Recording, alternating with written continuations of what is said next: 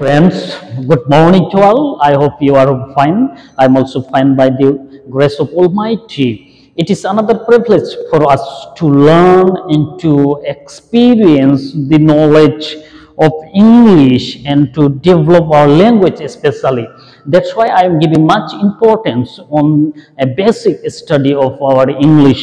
That's why this morning also I would like to give you the another structure of our tense. Last time I have been talking about the different kinds of tense, and also I have given you present indefinite tense, present continuous tense, present perfect tense, present perfect continuous tense, and also past indefinite tense, past continuous tense, and now I am going to talk about the past perfect tense. এই সময় আমি past perfect টেন্সের বিষয়ে বলতে চাই যে past perfect tense কাকে বলে। এর আগে আমি প্রায় সবগুলো টেন্সের বিষয়ে বলেছি এবং কন্টিনিউশন আমি বলতে চাইছি যে সবগুলো টেন্সের এরকম ক্ষুদ্র ছোট আকারে আমি টেন্সের কিছু স্ট্রাকচার দিতে চাই, যে স্ট্রাকচারগুলো আমাদের অনেক হেল্পফুল হবে। স্ট্রাকচারগুলো আমরা যদি ভালো করে ফলো করি তাহলে অনেক সহজে অনেকগুলো সেন্টেন্স আমরা কিন্তু শিখতে পারবো এবং বুঝতে পারবো। তো এই সময় আমি দেখাতে চাই যে পাস্ট পারফেক্ট টেন্স কাকে বলে। পাস্ট পারফেক্ট টেন্স কাকে বলে? পাস্ট পারফেক্ট টেন্স এটাকে বলে অতীতকালে যে ঘটনা ঘটেছিল তার এখন কোনো অস্তিত্ব নয়, তাকে পাস্ট পারফেক্ট টেন্স কিন্তু বলে। কিন্তু পাস্ট পারফেক্ট টেন্স এভাবে বলে অতীতকালে দুটি কাজের মধ্যে যে কাজটি আগে ঘটেছিল সেটা হলো পাস্ট পারফেক্ট টেন্স, এন্ড পরে যেটা ঘটবে সেটা হলো পাস্ট ইনডিফিনিট টেন্স। বাট আমি কিন্তু ওই দুইটা টেন্সের বিষয়ে কথা বলতে চাইছি না, আমি জাস্ট একটি বিষয়ে কথা বলতে চাইছি, সেটা হলো পাস্ট পারফেক্ট টেন্সের ভিতরে।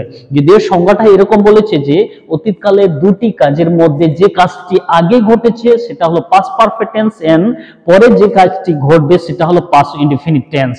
তাহলে এটা বোঝা যাচ্ছে যে অতীতকালে যে কাজটি ঘটেছিল তাকে পাস্ট পারফেক্ট টেন্স বলা হয়। তাহলে পাস্ট পারফেক্ট টেন্সের সূত্রটি কি? পাস্ট পারফেক্ট টেন্সের সূত্র হলো affirmative subject plus had plus verb 3 plus object. এটাও অনেকটা কিসের মতো? প্রেজেন্ট পারফেক্ট টেন্সের মতো, কিন্তু টাইমটা ভিন্ন। টাইমটা প্রেজেন্ট পারফেক্ট টেন্স হলো বর্তমানে, কিন্তু পাস্ট পারফেক্ট টেন্স হলো অতীতে। তো একই স্ট্রাকচার এখানে হ্যাভ ছিল, যেটা হলো হেড, সবগুলোতে এরকম কিন্তু হয়ে আসছে। তাহলে এইভাবে আমরা সেন্টেন্সের স্ট্রাকচার গঠন করতে পারি। এখন বলছে সাবজেক্ট, তাহলে আমি দেখিয়েছি যেমন আই, এখানে পার্সনের কোনো প্রবলেম নেই, তাহলে এখানে হলো হেড। তারপরে বলছে যেমন হলো একটা ভার্ব 3, তাহলে ডু ডিড ডান আমি দিলাম I had done the work, I have done the work, এরকম আমি দিতে পারি। I have done the work, আমি কাজটি করেছিলাম। I have done the work, আমি কাজটি করেছিলাম। এভাবে আমরা অনেকগুলো সেন্টেন্স কিন্তু তৈরি করতে পারবো। I have done the work, I have written a note, I have played cricket, I have read books, I had seen the people, different kinds of sentence আমরা কিন্তু এরকম লিখতে পারি। তো শুধু এরকম তো আমরা বলবো না যে I have done the work, I had written a note, I have seen a bird, শুধু এটা তো বলবো না। আমরা অনেক সময় আমাদেরকে বলতে হবে I had not done the work, I had not written a note, I have not read a book, I had not so and so, এটাও তো আমাদের বলতে হবে। তাহলে I had not done the work, এটাও তো আমাদের কিন্তু বলতে হবে এটাও। তাহলে এটা আমরা কোশ্চেনও করতে হবে। তাহলে কোশ্চেন করার জন্য আমাদেরকে কি করতে হবে? আমাদেরকে দেখাতে হবে যে ওকে, had you done the work, তুমি কি কাজটি করেছিলে? had you done the work, তুমি কাজটি করেছিলে? had you seen a bird, তুমি কি পাখিটিকে দেখেছিলে? had you played cricket, তুমি ক্রিকেট খেলেছিলে? এটাও আমাদেরকে বলতে হবে। তাহলে had you done the work, এটাকে তাহলে আমরা প্রশ্ন করতেছি। আবার নেগেটিভও করতে হবে, তুমি কি কাজটি করেছিলে না? তুমি কি কাজটি করেছিলে না? তুমি পাখিটি দেখেছিলে না? তুমি কি ক্রিকেট খেলেছিলে না?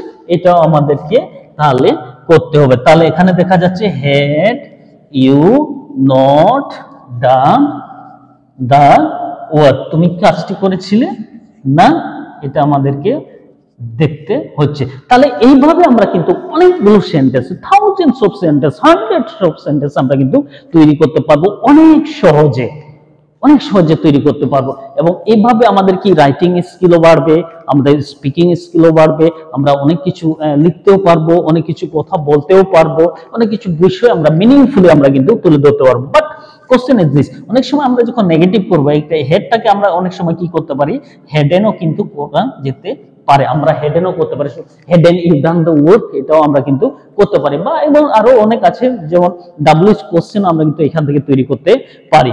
তো আমি আশা করি এগুলো এইরকম স্ট্রাকচার অনুযায়ী যখন আমরা সেন্টেন্স গঠন করব তাহলে সেখানে ভুল হওয়ার সম্ভাবনাটা অনেক কম থাকে, বা এই স্ট্রাকচার অনুযায়ী যখন আমরা কথা বলবো তাহলে এখানে ভুল হওয়ার সম্ভাবনাটা অনেক কম থাকে, বিকজ আমরা স্ট্রাকচার ফলো করেছি, সেন্টেন্সটা মিনিংফুল হবে।